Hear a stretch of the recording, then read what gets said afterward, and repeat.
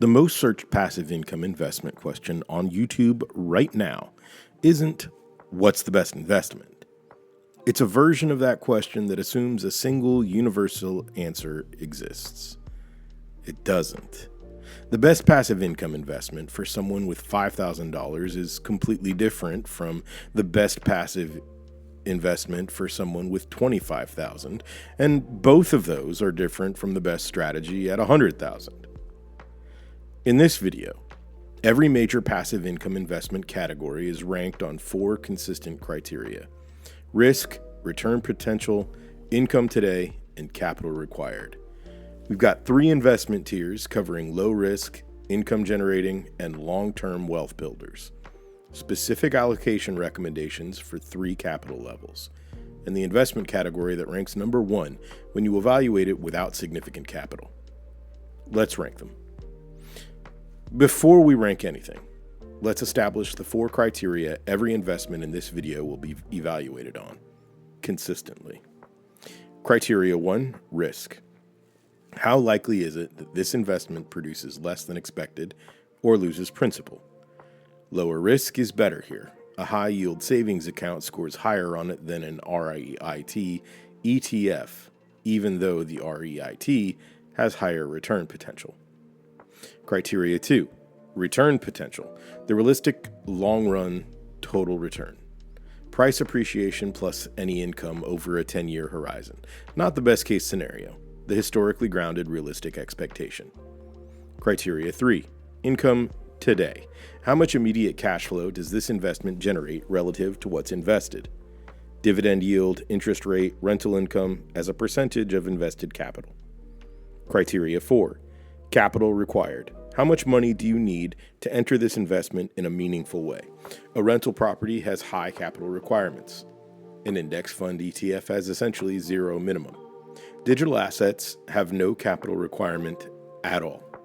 Every investment category we cover will be rated on all 4 criteria.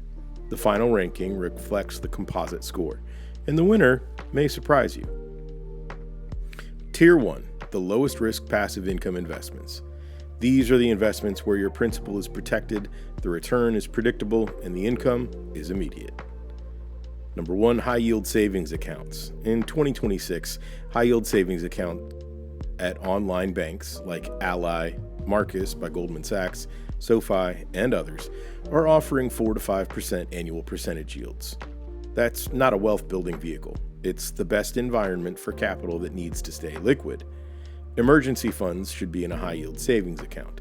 Short-term capital waiting for investment deployment should be in a high-yield savings account. It's not an investment for wealth building, it's a holding environment for capital that needs to be accessible. Number 2, certificates of deposit. CDs offer slightly higher yields, typically 4.5% to 5.2% for a 12-month CD, in exchange for locking your capital for the term. Easy withdrawal penalties apply, and they're best suited for capital you definitely won't need for the term duration. Number 3, Treasury bills.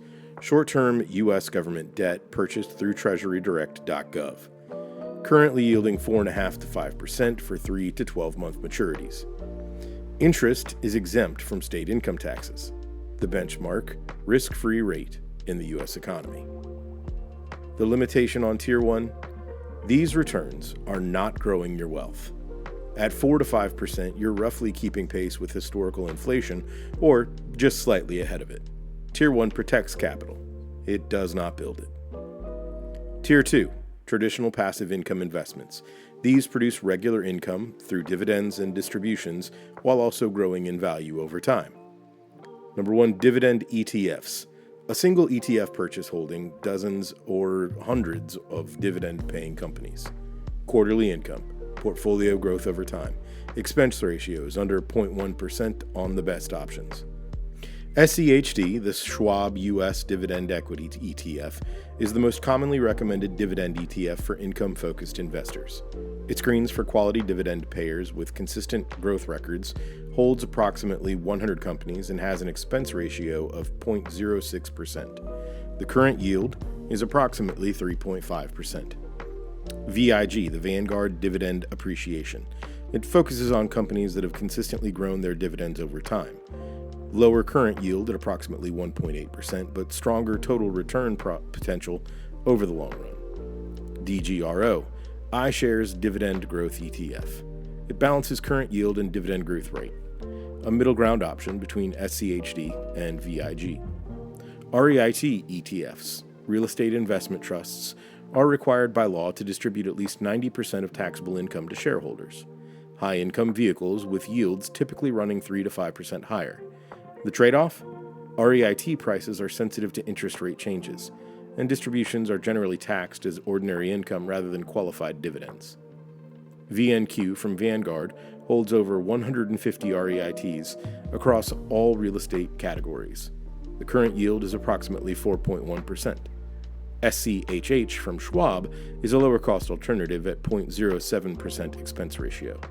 The key distinction between Tiers 2 and Tier 1: Tier 2 carries market risks. Portfolio value will fluctuate. Tier 2 is for capital with a horizon of at least 5 years. Tier 3, the long-term wealth builders. Almost no income today, the highest total return over long-time horizons. Broad market index funds, VTI from Vanguard, VOO from Vanguard, and ITOT from iShares, each hold the entire U.S. stock market of a major index of it in a single purchase. Expense ratios as low as 0.03%. Historical 10-year annualized returns have been 11 to 13% in recent decades.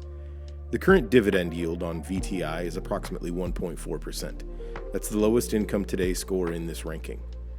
Well below a high-yield savings account, well below SCHD, but the total return, price appreciation plus that modest dividend, has historically outperformed everything else in this list over 10 to 20-year horizons. This creates a real trade-off for passive income investors. Do you prioritize income now over wealth over time? For someone in the early stages of building passive income, still working, still building the digital asset portfolio, not relying on investment distributions for living expenses, the answer is usually prioritize total return through broad index funds and add dividend ETFs as the portfolio grows larger. The reason Tier 3 is a wealth builder rather than a passive income vehicle is this. At smaller portfolio sizes, the income is not meaningful. $10,000 in VTI at 1.4% yield generates $140 per year, $11.67 per month. The compound growth of that $10,000 over 20 years at historical returns is the value proposition, not the current dividend. Here's the investment category that ranks number 1 when you evaluate it against the 4 criteria for investors without significant capital. Digital assets. YouTube channels, niche websites, email lists, digital products, affiliate content libraries, and memberships. Let's run the 4 criteria evaluation. Risk. The capital you invest is 0, so the financial downside is 0. The time investment can be lost if the business doesn't develop. That's the real risk. But you cannot lose money you didn't invest. On capital risk, this is the lowest of any asset class. Return potential. A YouTube channel combined with a digital product, an affiliate stack, and a membership can generate $2,000 to $5,000 per month in passive income within 3 years. On a time investment basis, the return per hour invested is higher than virtually any traditional investment at equivalent capital levels. Income today, 0 in months 1 through 6, moderate in months 6 through 12, meaningful in years 2 and 3. Low score on today income, high score on income trajectory. Capital required, 0. Free platforms, YouTube, Beehive, Gumroad, PartnerStack are the infrastructure. The cost is time, not money. Here's the comparison that makes this ranking clear.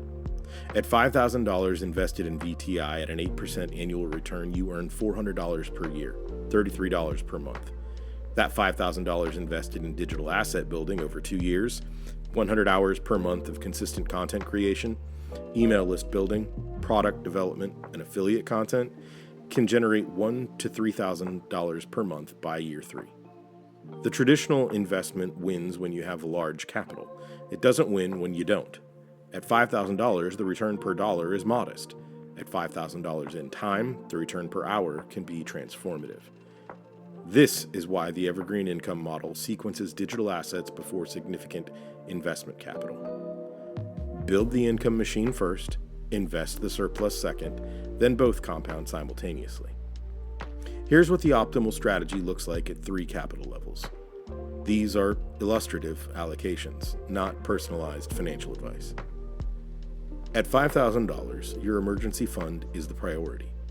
If you don't have 3 to 6 months of expenses in high-yield savings accounts, that's where this money goes. Every dollar of investment capital is less value than a funded emergency reserve, because without the reserve, an unexpected expense forces you to sell investments at potentially the worst time. At $25,000, emergency fund is confirmed, 60% in VTI for total market growth, 30% in SCHD for dividend income layer producing approximately $262 per year, 10% in a high-yield savings account as a liquid tactical reserve. At $100,000, the full multi-tier portfolio, 60% VTI as the core growth engine, 25% SCHD for dividend income, 10% VXUS for international diversification, 5% split between VNQ and BND for real estate exposure and portfolio stability. Expected income, $2,500 to $4,000 per year from income-producing holdings. Regardless of capital level, the digital asset income machine runs in parallel. The investment portfolio funds itself from the surplus the digital business generates. Here are 5 mistakes that derail passive income investors. 1. Chasing high yields. A 9% yield on an individual REIT or stock is a warning sign, not a reward. Research payout sustainability before yield. A dividend cut hurts more than a low yield holding that never cuts. 2. Ignoring total return. An investment that pays 5% in income but loses 3% in value annually is a net 2% return, worse than a high-yield savings account. Total return is what matters. 3. Investing before funding the emergency reserve. Every dollar invested without a reserve is at risk of forced liquidation at the worst possible time. Fund the reserve first, no exceptions. 4. Choosing between investing and digital asset building. This is not an either or. The digital business generates the surplus that funds the investment portfolio. Build the income machine first. Deploy the surplus into the wealth machine. 5. Waiting for the right time to invest.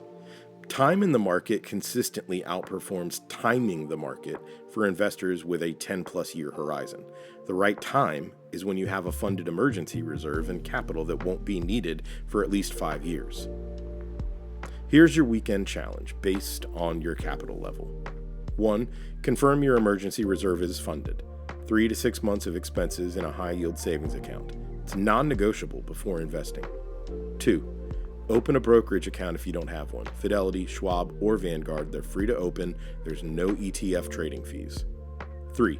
Set up your first automatic investment. $5,000 in VTI, $25,000, 60% in VTI, 30% in SCHD. $100,000, full allocation. Configure it this weekend. 4. Enable DRIP on all dividend-paying holdings. Every brokerage has this toggle. Dividend reinvestment is the compounding mechanism. 5. Open your Beehive newsletter account. The digital asset machine runs alongside the investment portfolio, so start building it now. That's free. Here's the closing thought on why the best passive income investors in 2026 do both. The investment portfolio compounds money. The digital asset portfolio compounds content, audience, and trust. Both produce income. Both compound over time, but they compound at different rates depending on your starting capital. With significant capital, both run powerfully in parallel. Without significant capital, build the digital income machine first. It generates the surplus that funds the investment portfolio at the scale where traditional investments produce meaningful monthly income. In 5 years, the person who built both will have 2 compounding machines running simultaneously. That is the complete Evergreen income system. This is Evergreen Income. The compounding starts now.